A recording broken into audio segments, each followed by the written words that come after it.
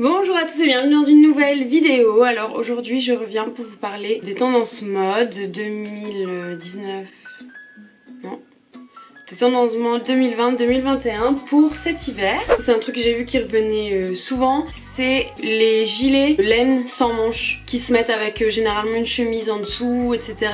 Je pense pas que moi personnellement c'est le genre de tenue que j'adopterais parce que je peux pas trop mon délire tout simplement. Ensuite, une tendance que ça par contre j'adore, c'est la tendance du cuir ou l'imitation cuir.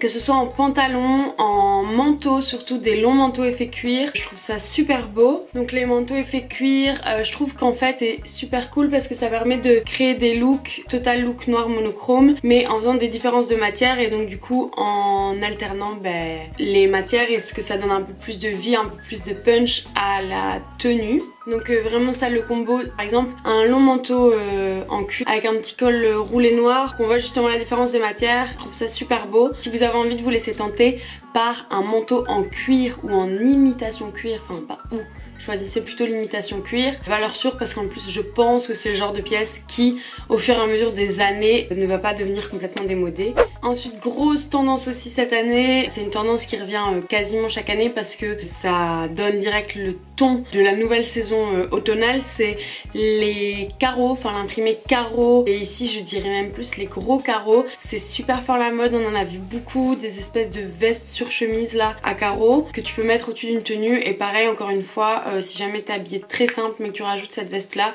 ça donne un petit côté un peu plus décalé si je puis dire, et hyper tendance pour l'automne-hiver. Alors pour rester un peu dans le même esprit, mais une autre tendance aussi, c'est la tendance imprimée pied de poule. Alors c'est aussi un peu des carreaux, et d'ailleurs il y a beaucoup de personnes qui essaient de mixer les deux tendances, donc l'imprimer carreau et imprimer pied de poule, et ça peut paraître un petit peu osé ou du moins risqué, mais je trouve que dans certains looks, quand c'est vraiment bien assorti et vraiment bien stylisé, je trouve que ça donne vraiment bien. Et si pas l'imprimé pied de poule, pareil, c'est très Emily in Paris encore une fois, c'est très style un peu la parisien, très chic, très classe, mais voilà, pour l'automne et l'hiver surtout, l'imprimé pied de poule. Alors ensuite ça, c'est une tendance que j'aime particulièrement. Elle par contre je pense est assez difficile à porter parce que c'est la tendance du corset qui peut être un peu revisité, qui va être en matière un peu plus laine, des matières un peu plus chaudes pour l'hiver. Si tu mets un corset dans une tenue d'hiver et que tu l'assortis bien avec par exemple un blazer en laine ou un gros trench, un gros long manteau, je trouve que ça fait toute la différence. Ça rajoute un petit côté sexy, un petit peu plus raffiné à la tenue, qui justement manque un peu parfois dans les tenues d'hiver. J'aimerais trop en trouver un parce que je trouve que ça fait vraiment la différence. Moi j'adore avoir le haut ici bien dégagé, et je trouve que le corset ça permet de faire une super jolie silhouette. Alors ensuite, une autre tendance que j'adore personnellement, c'est les épaules marquées. Alors il me semble, j'ai pas été revoir ma vidéo tendance, mais il me semble que j'en ai déjà parlé dans les tendances de l'année dernière ou dans les tendances de cet été, je sais plus, du fait que avoir les épaules très marquées, non je pense que c'est dans les tendances de l'année dernière, et l'année dernière il me semble que c'était carrément bien, en plus la mode des épaules très marquées mais carrément excentriques, un petit peu décalées, avec Isabelle Marant je pense qu'il avait fait des pièces avec des manches. Ça reste encore un peu la mode cette année, mais cette année sur les défilés Fendi, avec des épaules très marquées, pas spécialement plus larges que ta carrure à toi, mais juste le fait qu'elle soit très marquée, très carrée en fait. Je trouve que pareil, encore une fois, ça donne une super belle silhouette. Parce que là j'ai cette photo de Hailey Bieber, donc qui combine la tendance épaule carrée et le manteau en cuir. Vous allez croire que je suis amoureuse de cette fille, mais presque. Ensuite, une autre tendance du look un peu Matrix, je trouve. Ça se voit énormément avec toutes les paires un peu de combat boots, justement le manteau en cuir, le fait que tout soit combiné dans une même tenue. C'est hyper la mode et personnellement j'adore. Alors je sais que ça plaît forcément pas à tout le monde, ce look un petit peu Matrix quoi.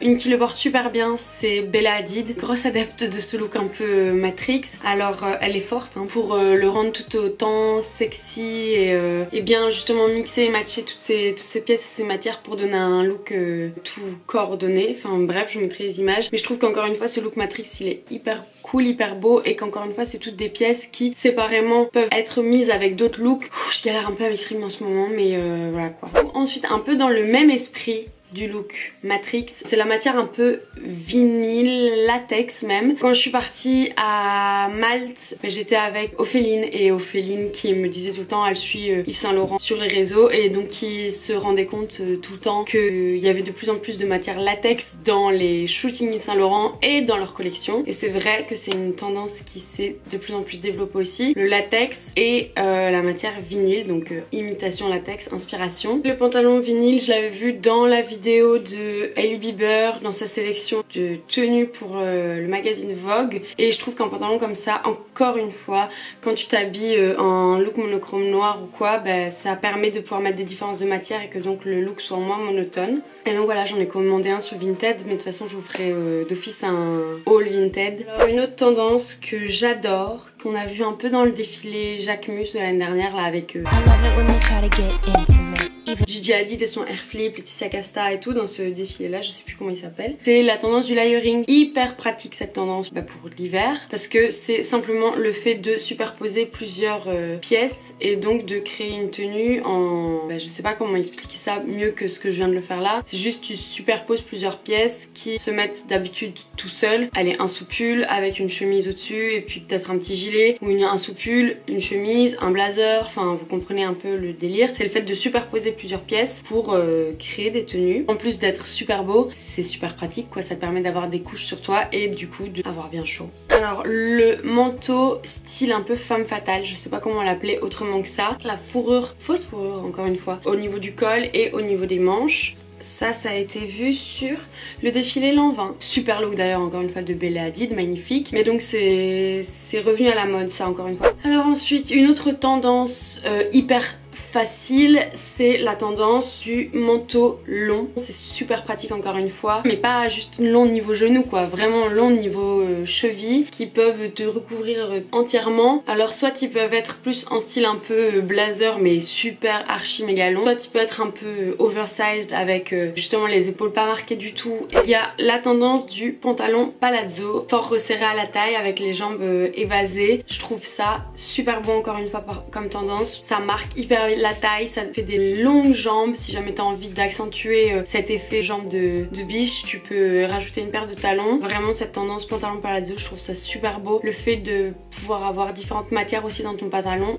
On aurait tendance parfois à dire que si jamais on met un pantalon large comme ça, alors on est obligé de mettre, c'est plus beau de mettre ça avec un manteau ou une veste plus courte. Mais personnellement je trouve ça super beau de justement pouvoir combiner un peu le look oversize de partout en mettant un pantalon et un manteau oversize par au-dessus pour donner vraiment un petit look un peu évasé, un peu fluide comme ça. Enfin bref, je trouve ça super beau. Et alors la dernière tendance que moi personnellement j'ai toujours aimé, mais je sais qu'il y a plusieurs personnes, je sais il y a des personnes même dans mes amis qui aimaient pas du tout cette tendance, c'est les chaussures à plateforme. Les chaussures à talons là avec une plateforme devant. Encore une fois, j'aime trop les looks d'Hailey Bieber et je sais qu'elle en a toujours mis et j'ai toujours trouvé ça super beau sur elle. Pareil encore une fois, ça allonge la silhouette, ça donne un petit côté plus madame, sophistiqué. Enfin bref, je trouve que c'est vraiment super beau et ça peut se combiner avec plein d'autres tendances que j'ai citées précédemment, comme par exemple le pantalon palazzo, comme par exemple le look Matrix, comme par exemple peut aller avec tout en fait ce genre de paire de chaussures. Voilà, j'espère que cette vidéo tendance vous aura plu. J'en ferai peut-être une partie 2 plus axée sur l'hiver parce que je sais qu'il y en a plein d'autres que j'avais remarqué aussi mais que j'ai pas noté parce que sinon la vidéo aurait fait 45 minutes et c'est pas le but. Vaut mieux trop peu que trop. Personnellement je trouve que quand je regarde une vidéo je préfère qu'elle soit plus courte et passionnante que trop longue et trop chiante. Et du coup voilà, j'espère que cette vidéo vous aura plu. Si jamais elle vous a plu, n'hésitez pas à mettre des pouces vers le haut, vous abonner. Si jamais vous avez des envies particulières de prochaines vidéos, n'hésitez pas à me le dire en commentaire. Je vous dis à très vite pour une prochaine.